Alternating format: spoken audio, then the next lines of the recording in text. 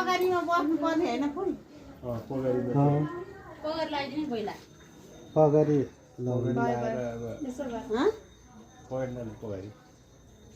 टाउकोबाट पो भयो चस्मा लगाएर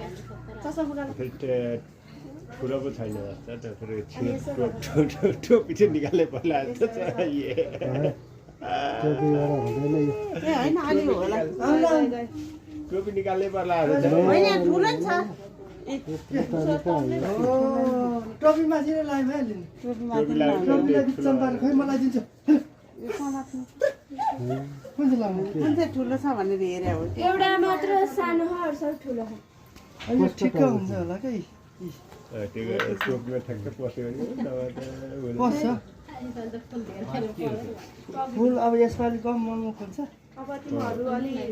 बसाउनै तोडफोड भइसक्यो मान्छेहरूको सबैले टाउको ठुलै मेरो होला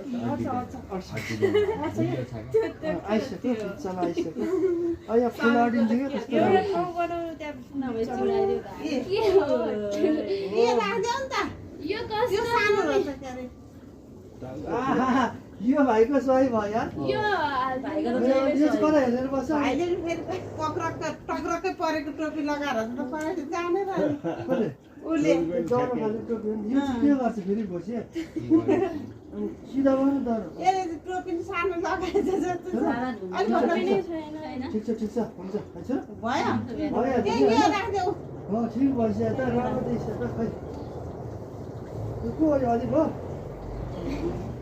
पनि लगाउनु कि भन्नु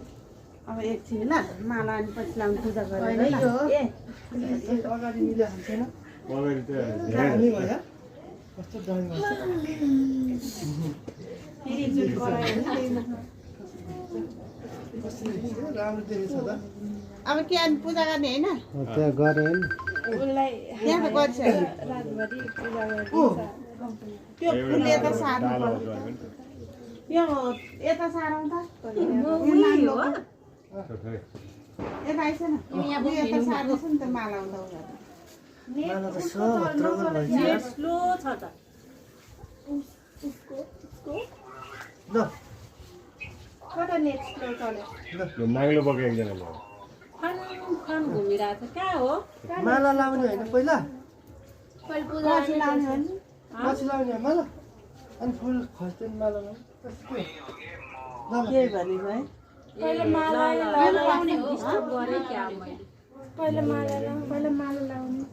लुलिएर जाउँ न टीका लगाइदेऊ यो घोस्ने वाला में लगाता हूँ दुईटा मलाई